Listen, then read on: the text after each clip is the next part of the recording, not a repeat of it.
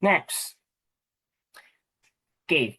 Si tiniri, nabanggit ko nito nakaraan, tiniri weaving is a traditional Philippine hand-woven textile technique from the province of Abranga. Okay, primarily associated with Itneg tribe. Okay, characterized by a subtle tone, two-tone. Okay, two-tone, dalawang color. Texture effect achieved by using twisted thread as a supplementary weft during the weaving process. Sir, anong texture na? O, humanap ka ng tibag, ng tibag, or meron ka dyang Lipton, hawakan mo, yan na yung texture ni tiniri. Okay? Next. Okay. Question. What type of textile is characterized by dominant red stripes and motifs of geometric patterns, as well as nature symbols interlaced with white, yellow, and black fibers?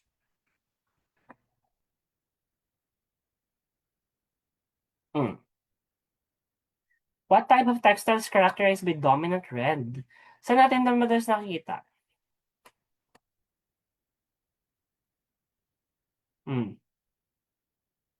Facebook.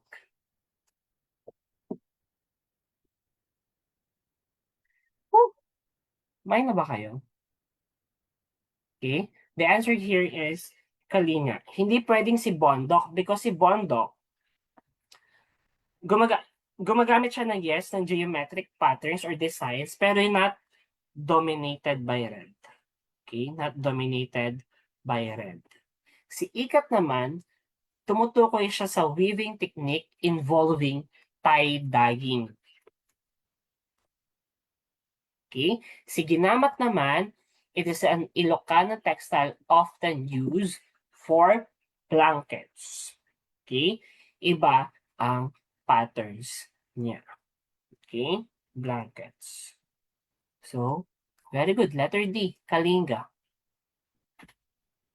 Okay? Kalinga weaving is famous for its bold red stripes. Bold red stripes. Okay? With geometric and natural motif. Next.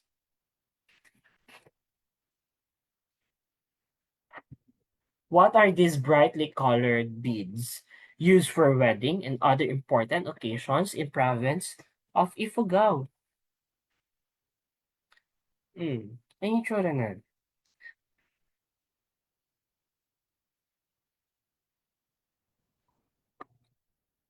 Okay, bilisan natin. That's the answer here is bongol. When you say bongol, it is traditional beads of Ifugao, brightly colored and worn. Kailan siya sinusuot? During weddings and rituals. Okay? Madami pa. Next, which of these crafts best represents the Ilocano's hand weaving technique and simple pottery used to store water, rice grains, and wine? It is, which of these crafts best represents the Ilocano's hand weaving technique and simple pottery used to store water, rice grains, and wines? Inabel and Burnay. Okay? Inabel, it is Ilocano hand-woven textile. Pag sinabing Burnay, it is the earthenware jars from vegan Ilocos. Okay? Next. Fibrous arts. Okay? These are the other fiber arts. Okay? Tandaan. Kung inisa-isa natin yan matagal. Okay? We have the Yakari, Tiboli, Meranao, Pilaan, Maguindanawon, Yakan, Tausug, Yakan, Tiboli, Yakan, Meranao, Yakan. Okay, paki-screenshot. Makapakitaan kay black and white. Next. Question. Calado embroidery is a traditional Philippine open thread work technique primarily associated with Barong Tagalog, where artisans carefully pull out fabric fibers and stitch the remaining threads to create intricate lace-like patterns. What region in the Philippines this type of embroidery exists? Saan kaya siya nag-e-exist? Kung nakinig ka nakaraan. Okay, gets na to, gets na. The answer here is letter B. Calabarzon. Okay? Lumban, Laguna, and Lumban, Laguna, and Taal, Batangas. Okay? What is the um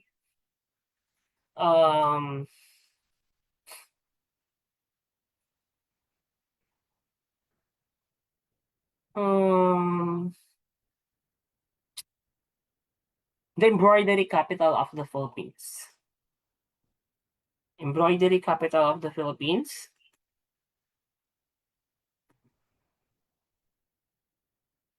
What is the embroidery capital of the Philippines?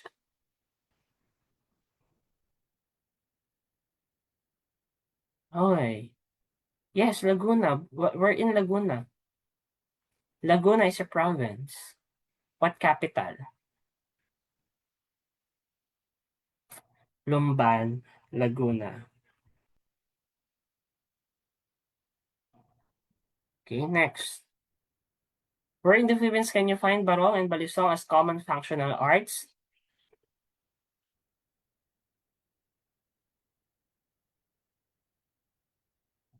Taal, Batangas. Okay? Okay, let's proceed to basketry. Pag sinabing basketry, the great art of basket weaving in the Philippines has evolved in complex patterns and forms intended for certain uses like harvesting, storing rice, carrying trip essentials, scabbard or skateboard cases, and so forth. Ano itsura ng skateboard cases? Ito. Yung mga lagayan ng kutsilyo, ng itak, ng lagari, ng barel. Yan ang scabbard cases. Nag-evolve na siya today. Okay, the art is thought to have come to our archipelago as a result of human migration. Okay, with people in the north being the first to pick up the technique. Yung mga taga-north daw, mga northern Luzon, sila daw ang mga nakaunang natuto or naka-pick up ng technique ng pagbabasket tree. Okay? Next. Kasi dati, ano, di ba? Before, medyo malapit ang Luzon sa uh, mga taga-north na bansa. Okay? Next. Under the basketry, we have the Nito basketry. Sir, saan gawa si Nito? Of course, made from Nito vines. Okay? Ginagamit natin siya for huts, basket mats, and decorative items common among indigenous groups in the northern and southern Philippines. Sir, ano siya? Ano tsura nun? Ito. Yung medyo makakapal yung ano niya. Ayan. Ito yung stem ginagamit sa ito ang Nito vines, Nito vines. Okay, ito na ang Nito basket. Okay? Hindi yan marijuana, no? Oh, that's not MJ. Okay, next. We have the rattan basket tree. Okay, uses rattan palm. Okay, pag rattan, mas mataba siya sa Nito basket tree. Okay, known for flexibility and durability, used for storage baskets, trays, and furniture's accents. Ito na. Naitsura ng rattan. Okay? Oh, next. Of course, bamboo. Okay? For rice containers and household baskets. Alam na itsura ng bamboo, right? Okay. Yantok is the Filipino term for rattan. Okay? Yantok is the Filipino term for rattan. Okay? Ito yung mga itsura ng rattan. Rattan basket trees. Okay? Next. Tacloban's names was derived from the bamboo basket known as taklub or cover usually made in covering face and neck. Charot. Catching fish. Okay? Catching fish siya na, hindi covering face and neck. Okay? Next. Ito yung tsura na, taklob. Next, madami pa. Okay, pandan and anaho basketry. Oh my God. Where's the picture? Okay. Under ng basketry, we have the pandan and anahaw basketry. Ito naman yung mga weaving leaves of pandan or anahaw. Okay? Saan gagawin? Mats, hats, fans, and decorative baskets. Abaca fiber basketry uses strong abaca fibers woven into bags, and woven home decor. Seagrass and water weed basketry found in coastal areas uses for lightweight baskets and mats. Okay? Baka tanungin kayo, anong fiber ang ginagamit sa pera before? Okay? Ngayon kasi na, di ba? Yung plastic na.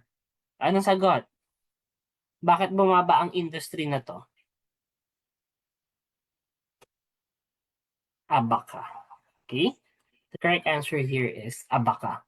At ano ang dating fiber na ginagamit sa pera ng Philippine peso? Abaca fiber. Okay? Next.